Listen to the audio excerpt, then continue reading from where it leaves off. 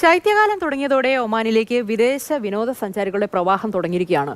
ടൂറിസ്റ്റുകളുമായുള്ള ഇക്കൊല്ലത്തെ ആദ്യ ക്രൂസ് കപ്പൽ സുൽത്താൻ ഖാബൂസ് തുറമുഖത്ത് എത്തിയിട്ടുണ്ട്. കസബ് തുറമുഖത്തെത്തിയ വിനോദസഞ്ചാരികളുടെ കപ്പലിന് വലിയ സ്വീകരണമാണ് ടൂറിസം മന്ത്രാലയം ഒരുക്കിയത്. ശൈത്യകാലം ഒമാന് ക്രൂസ് കപ്പലുകളുടെ വസന്തകാലമാണ്.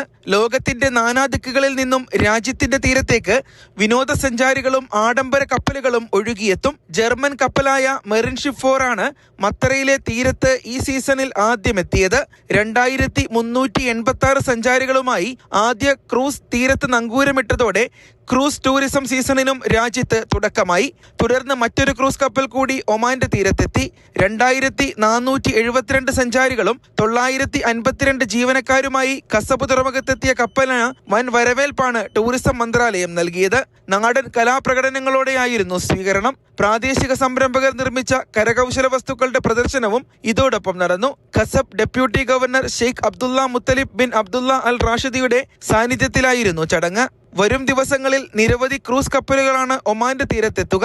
ക്രൂസ് കപ്പലുകളുടെ വരവ് തുടങ്ങിയതോടെ തുറമുഖ നഗരങ്ങളിലെ കച്ചവടക്കാരും ആവേശത്തിലാണ്. തീരപ്രദേശത്തെ പ്രധാന സൂക്കായ മത്ര സൂക്കിലെ മലയാളികൾ അടക്കമുള്ള കച്ചവടക്കാർ ഈ സന്തോഷം പങ്കുവച്ചു.